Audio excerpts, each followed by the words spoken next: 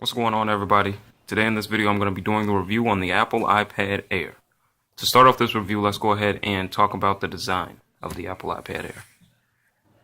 So the iPad Air is 28% lighter than the iPad 4th generation. It only weighs 1 pound and it is really thin, hence the name Air. It has really thin bezels, metal around the bezels. It has an all aluminum back with the Apple shining logo. On the back, you don't get the Gigabyte, you just get the Apple shining logo.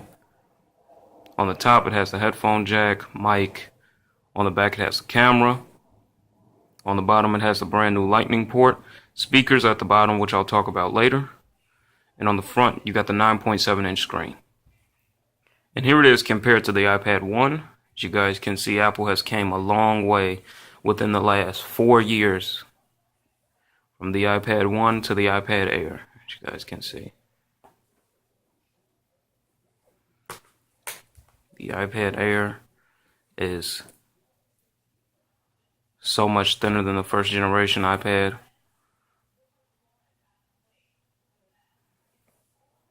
You guys can see it's really nice and really thin compared to the old iPad. So let's go ahead and talk about some of the software features on the brand new iPad. The iPad Air is running Apple's latest software, which is iOS 7, and it's either a love or hate thing when it comes to iOS 7.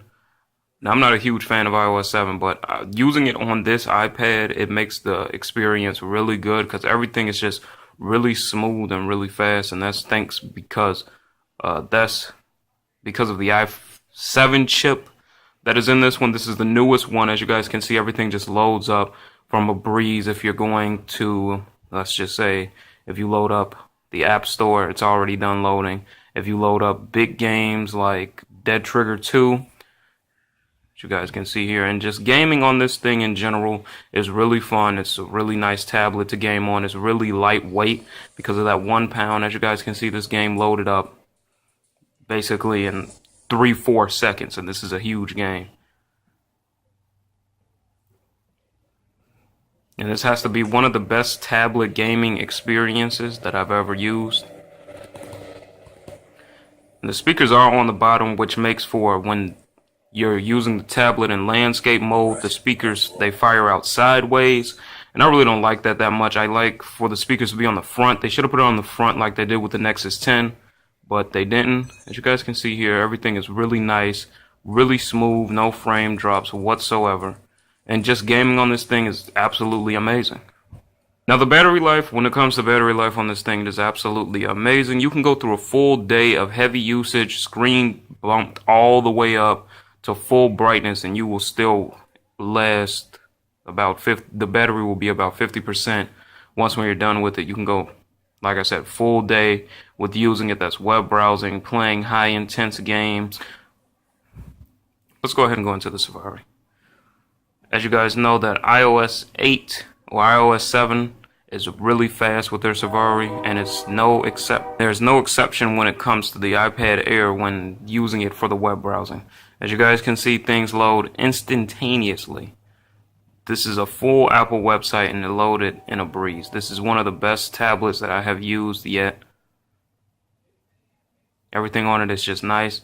Really smooth and really compact. And if you like a tablet and if you like Apple, you're really going to like this tablet. And if you're coming from something like the first generation iPad, which was just, it was good for back in its time. But if you're coming from something like this, or even the second generation iPad or the third generation iPad, you're still going to like this iPad because it's a really nice update and it has a really good amount of features into it. And it's really fast as well because it has the brand new A5 chip.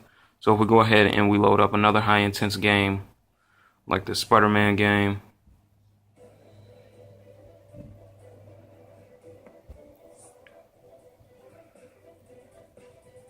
As you guys can see, everything just loads up really fast and it's really smooth.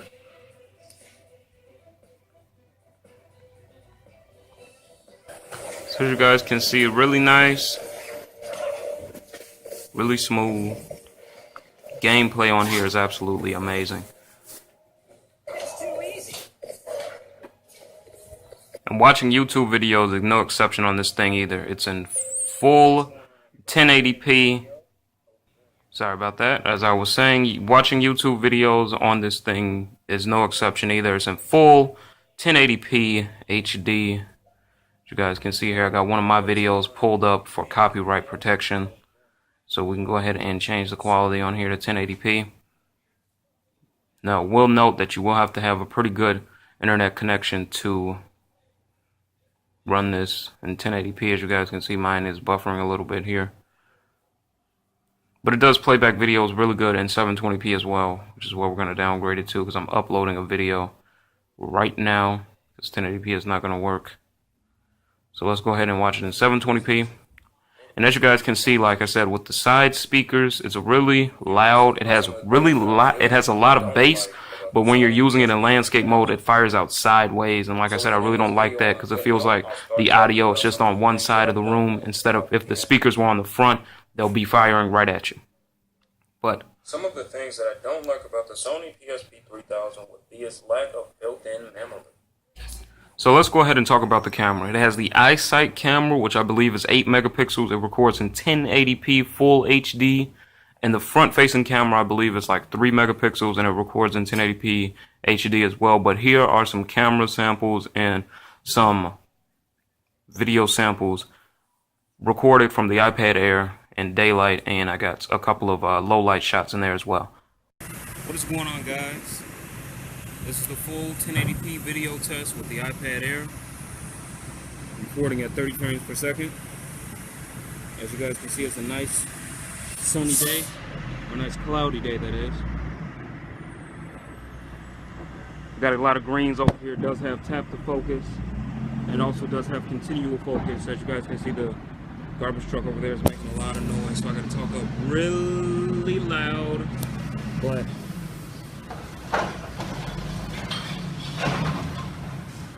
there it is, full 1080p.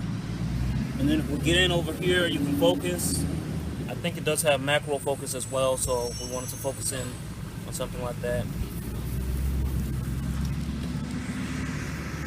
And the focus is continual. So yeah, that was the front-facing camera test. Or the back-facing camera test, I'm sorry.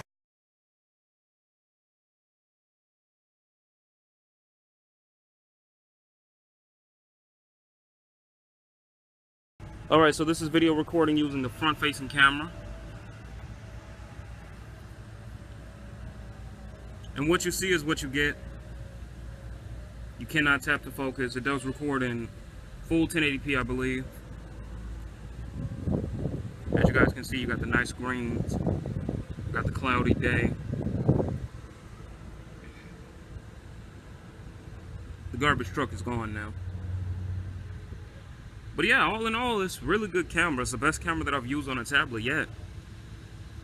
Really good cameras, front and back. Not gonna complain at all. It gets the job done. And if we get in up close on an item, as you guys can see, it does not focus. But still, all in all, a really good camera. I'm not gonna complain.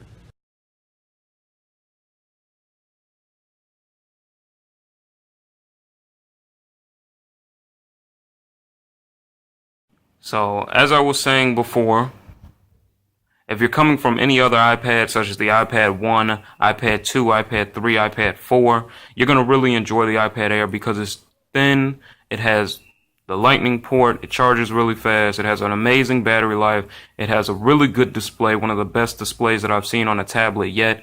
It has really good cameras, front and back, and gameplay on it is really nice because it's really light as well. If you like Apple, you like iPads, you're going to like this one, and you're going to like it.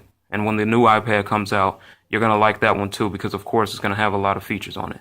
But this was 411 Deshaun. Hopefully you guys enjoyed the video. Please be sure to comment, rate, and subscribe. Peace.